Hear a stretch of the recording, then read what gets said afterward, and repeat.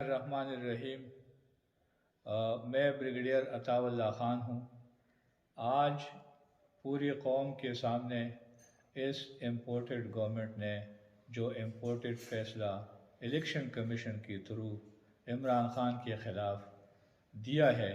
یہ انتہائی مایوس کن ہے اور اس کے اوپر پوری قوم میں بہت غضب اور غصہ ہے، اور یہ کبھی بھی ہمیں منظور نہیں ہو سکتا۔ عوام نے یہ پہلے بھی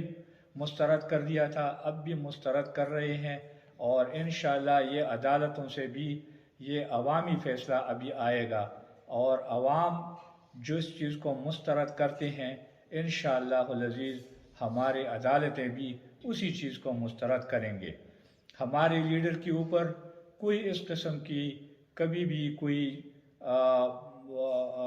کیس نہیں ہے، کسی قسم کی کرپشن میں وہ مبتلا نہیں ہے، گرفتار نہیں ہے، اس نے کیا نہیں ہے،